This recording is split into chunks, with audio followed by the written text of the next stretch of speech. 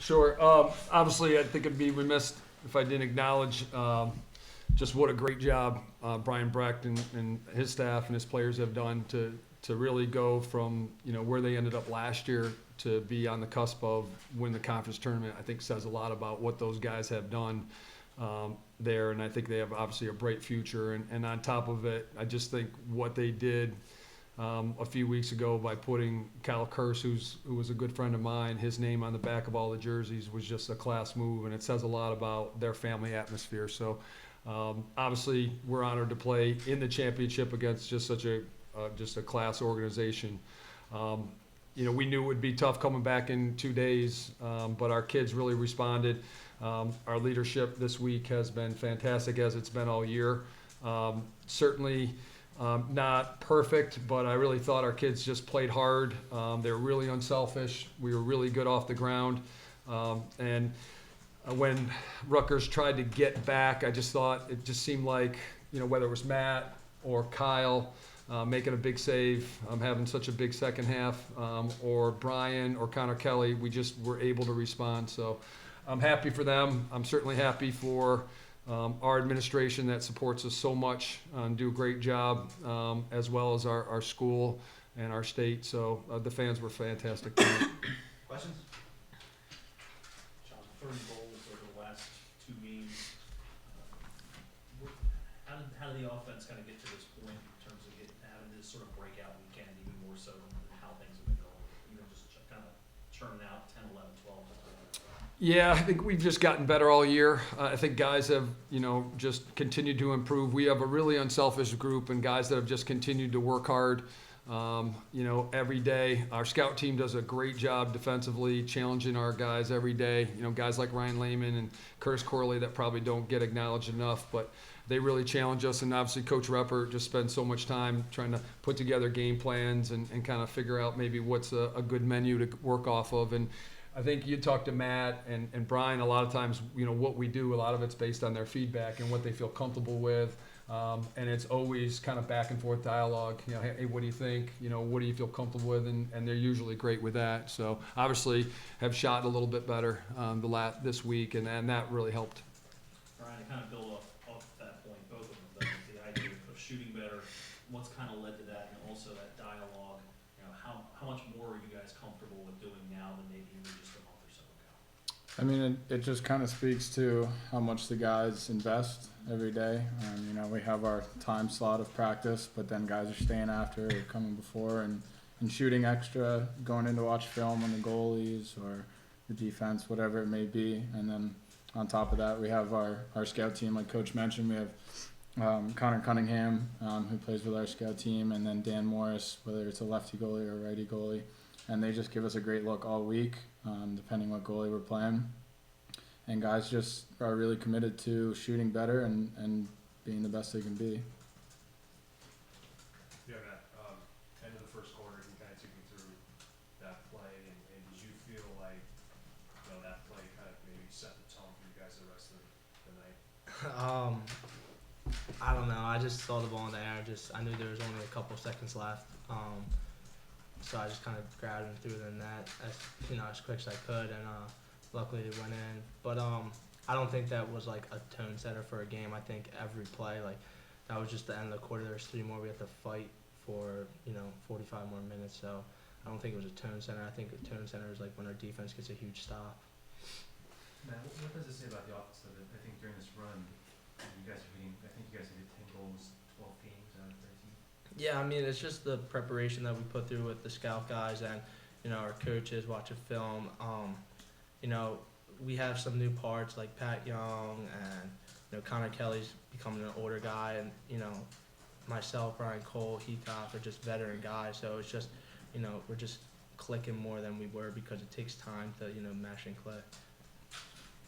You look around for any of the players, you look around and you see a fair number of other teams losing games in these conference tournaments. How did you guys kind of handle that? What do you think is the key to kind of handling your business as much as anything else? Because you guys have just played it very steady here now for a few months now. I mean, I'll take this one. We don't really look into other. I'm not saying you're looking at anything. I'm just saying why are you so steady as much as anything else? I mean, I think a lot of the players, especially the younger guys and most of the older guys, we look at the coaches and just kind of look to see what they're doing when things are good or when things are bad, and we just try and follow them. And since day one, we've always looked at us, and we've always, tried to be the best we can be. And we didn't really look into other teams' conference tournaments.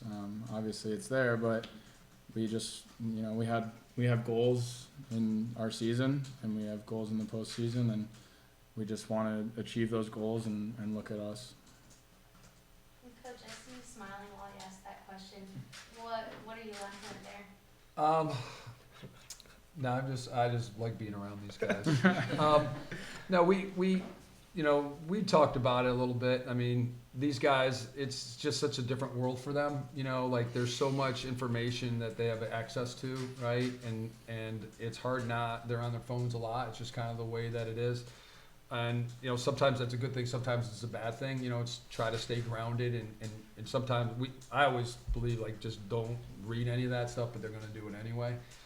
But like in this case, I think your point's well taken. Like I mentioned it to the guys. Like, listen, like as of before our game, I don't think any number one seed had won their tournament.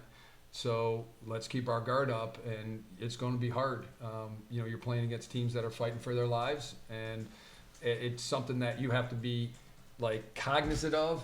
But at the end of the day, it is about them, and we can't be worried about them. But it's human nature to feel good and relax at times when things are going well, and maybe overanalyze things and doubt yourself when things are bad. So trying to find that sweet spot of be confident, but don't lose your edge, don't lose your attention to detail, and keep making the sacrifices of working, after practice and always trying to get a little bit better. That's, to me, is so much of it. It's, someone mentioned earlier, like the journey.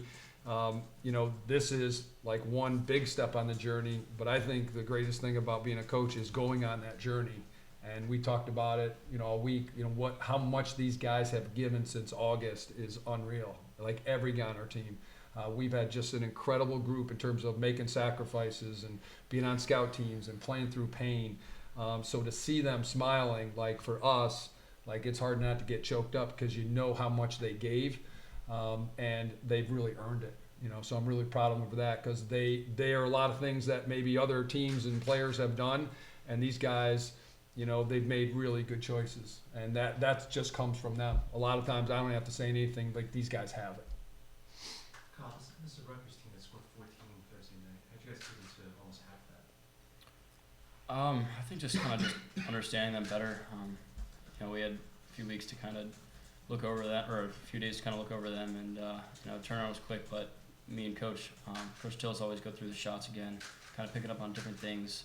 Defense made adjustments, and above all, I think we just played like Terps. That was just a gritty, great win to be a part of. Did you feel like keeping them out now, that 6-4? Do you feel like that set the tone for you guys defensively? Yeah, absolutely. Whenever you can get a stop on that, that's awesome. I think too. Muller ended up getting a ground ball in the third quarter, getting triple teamed. He found a way out of that, was able to get it back down in the offense, and that really gave us a shot on defense to close the door. Bryan, you've been around for 5 years now, so have you, Kyle. Was there anything different around the team tonight for the first time you guys could clinch a conference tournament championship?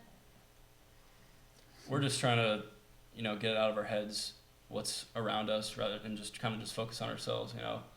We already mentioned it before how this was mine and Bryan and everybody else's first time being in a conference championship game. But we want to make a point of that, but at the same time, this is just another game, and just another win. Coach, can you speak to the trajectory of the season, being 1-2 back in California, and then rattling 13 straight wins and now Big Ten champions? Can you kind of comment on that with your objectives in the postseason in mind? Sure. It's funny how the season is. I was talking to Todd McFarland, our director of ops, and it seemed like we were just midway through the season, and like literally the last 7 weeks have flown by. Being a coach is such a weird profession because you're just so, each week takes on a life of its own. You play a game on a Saturday, and you're psyched to see the kids happy. But like even as soon as that game was over, you're starting to think about, all right, what's next, right? And your wheels start turning, and you start thinking about, all right, getting prepared. Like, what is the next team? And obviously, we don't know what's happening there. But like, if this was a regular game, if we played one opponent, you'd start thinking about that opponent, and you get so involved in that opponent, and then everything else that you need to do, whether it's helping these guys, academically, or guys getting job interviews or alumni.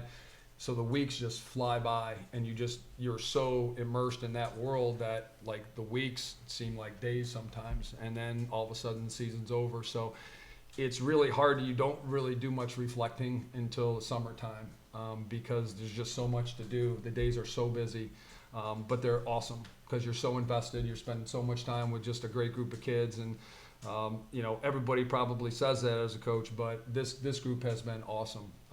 They've been so much fun to be with. Obviously the 1 and 2 start was not what we were hoping for, but to their credit, they stuck together. Everybody kind of stayed positive, and we just knew we were in a little bit of a hole, and we just kept digging, like one little bit at a time, not knowing what was going to happen. You're 1 and 2, and you're not scoring goals. Our offense, we were not playing very well.